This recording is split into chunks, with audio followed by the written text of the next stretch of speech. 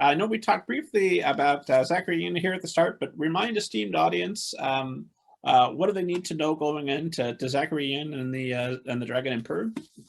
Okay, so Zachary Yin is about this Chinese American boy Zach who gets whisked away on a journey across China to heist magical artifacts and defeat figures from Chinese myth because he's like being coerced by like the first emperor of China. And then also his mom's soul has been snatched away by demons, so he has to go save her. And also the future, the entire fate of China might be at risk, so like no pressure. None whatsoever. And who would you say is the ideal reader for this story? I would say I wrote this story for my 12-year-old self. And so I guess essentially this book is dedicated to the future generation of diaspora like me, because I had a rough time growing up, just like trying to figure out who I am, figure out my identity. Like I spent years unpacking my thoughts, my feelings about like being Chinese and being Chinese Canadian, being Chinese diaspora. And in the book, I hope to do some of the unpacking for that future generation of diaspora. But I also think that like non-diaspora kids would enjoy it too, just because, you know, while I'm like tackling those heavy topics, I also wanted to have fun. And I hope that it is a fun book that like just any middle grade reader would enjoy. Yeah, I love, without going too far, because I promise not to summarize your book, but I love that we start with Zachary putting some of the food his mother has prepared for him in the dumpster because he doesn't want his friends at school to smell it and to think of it as different. He's saved up money that he's going to buy his own lunch with. And we start there and I'm like, oh, okay, well, this is going to be a story about this. And it is. But then immediately we've got demon fights. So I'm like, oh, wonderful. So no question there. I'm very excited by that by that shift there because I didn't know exactly what to expect. Well, I like video games. This is fun. I'm curious to see where we go with it. Oh, demon fight! I'm in. Let's do this. Oh yeah. So and I want those AR the AR. They're not goggles, of visor. I looked up. I didn't know bone speakers were a thing. That's how far out of it that I am. I'm like, oh, could I get that? Is that a tech? I know that that's technology that exists, but is there anything close to the kind of video game technology with the myth realm that you're talking about? I would say Google Glass. It's pretty heavily inspired by Google Glass. So this actually takes place like in the near future. So about like 10 years, maybe 20 years after our time. And at that point, like AR technology is a lot more advanced. And I think they're slowly going at it. They are working on it. But yeah, the gaming system in Zachary is just inspired by like Google Glass and Pokemon Go, actually. Because Pokemon Go has an AR aspect. And Myth Realm is definitely very heavily inspired by Pokemon Go. It's just Pokemon Go is except with like myth creatures from all cultures. And yeah, so I am looking forward to what they do with like VR and AR in the future because my friend bought a VR headset from Facebook or whatever, and then I tried it and it was super cool. And so I think that's a developing field in technology, and it's super exciting to see where they take it. Yeah, I've got a PSVR headset over there, and I'm looking forward to the PSVR too. But I still feel like, okay, this is the Atari, and it's lovely, and yes, but improve it, work on it, get me to the point where I don't know I'm in a game. That's what I'm hoping for. Yes, exactly. Like we can kind of see like, oh yeah, this is something budding. And I think that's really exciting, but also like this is still something super niche. Like we know that like I think when you wear those like super bulky VR goggles, you know in your heart that, you know, this is not the best we can do. We can make this better. That being said, Skyrim VR, I never played Skyrim before. I played it in VR, like, oh, this hints at the promise of what's to come. It's yes, not 100% there, but I can see it. I can see it just over the horizon. It's coming. Yes, yeah, this is potential. Like, yes, definitely potential. So hopefully by the time I'm ready for retirement, if not sooner, I can just retire to a VR world. Oh, wonderful. Yes, exactly. Like, hopefully. Fingers crossed. So okay, we get in the book, and I love that you introduce this idea that when Zach meets Simon right there at the start, before he is even comfortable connecting through Mythrealm, or they could potentially play the game together. He wants to know more about his views on the government, whether he respects them like some Americans respect our government. I love that you make that very explicit. Because I think that Americans tend to think, well, we don't love and adhere to our government when they absolutely do. Yeah. Well, some people are like, oh no, like you got to respect the president, like no matter who he is. And well, we know how that turned out. I don't have to respect nothing. I know, right?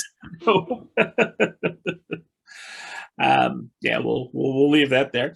So, is that a concern? Because I know that what grade 5 you come from China to British Columbia. Yeah. Oh no, I think it was grade 6, and then I went to Ontario. I actually lived in a small Ontario town called London, and then that's where I kind of like paralleled Zach's Zach like living in a small town in Maine, and I think that was the like really close approximation I could get to like him being from like Ontario. Him being in a small Ontario town. No, it's me in a small Ontario town, and then he's in a small Maine town. And I didn't want to put him Ontario because I didn't want it to be like too autobiographical. I don't know. Is that a word? I don't know. I'm an author. I think people know what we mean. Oh, I'm yeah. not even attempting because I know I'll get it wrong. Yeah, so I didn't want like his experiences to be like identical to mine, because like that makes me feel weird things. And so his experience kind of reflects mine in that he was raised in New York, and then he got like shunted off to this small town in Maine, where he suddenly like faces much more like racial tension and like maybe like xenophobia and ignorance than he did in New York. And also he's growing up and becoming aware of like just how different he is, like quote unquote different. Yeah, so yeah, there's that. And what was the question again? I feel like I just rambled off topic. Oh, I was just curious to know if that was based somewhat on your experience. If you were to meet somebody else who was from China at the time, would you want to know their politics before you got much closer to them, or is that something specific for the novel? I think it is now. It is something that, yeah, it is a concern for me when I meet, especially people from mainland China. And this is not to say that like you should be like distrusting of people from mainland China, but for me personally, there is certain stuff that I know that if we disagreed on, then we can't be friends. Because if someone's fresh from mainland China and they've been like exposed to all the like media censorship while growing up, then they could have some opinions that I disagree with and is like very hard to change. And for me, I do have to know like what their stance is on like those sort of things, because before I become really close friends with them. And so yeah, that is just like stances on things like, I guess, like Taiwan, that's going to be super controversial, just like Taiwan or like Tibet. And like, do you think that there is a Uyghur genocide going on in Xinjiang? Because there is. But then there are those people who like just like really like viciously deny that's happening. And I just can't be friends with someone like that. Is it the kind of situation where, if I encounter somebody who's a little bit younger, who's been, raised in a very conservative household and been watching Fox News every day? Oh, yeah. And I say, okay, well, I'm going to talk to you in 5 years from now, and I'll check back in and see how you're doing, see how you've progressed. Hey, maybe you were exposed to some different types of media, some facts stuck in there, and then maybe we could talk, and you'll be better. And you say, hey, I'm so sorry about 5 years ago. I was crazy, but now I've got everything totally figured out. Like, oh, great, me too, and then we'll be fine. Yes, exactly. Like this is the exact same situation. Like I can't be friends with someone who watches Fox News religiously. Let's see, and then. Well, I want to talk a little bit about your writing process for this. Well, first, I want to talk about these chapter titles, because I love that they're all how something happens. My favorite being how everybody sucks and nothing's over. Or, yeah. The creation of China was exactly like American Idol. Very funny chapter titles. When did that when did you decide that that was the best way to label the chapters?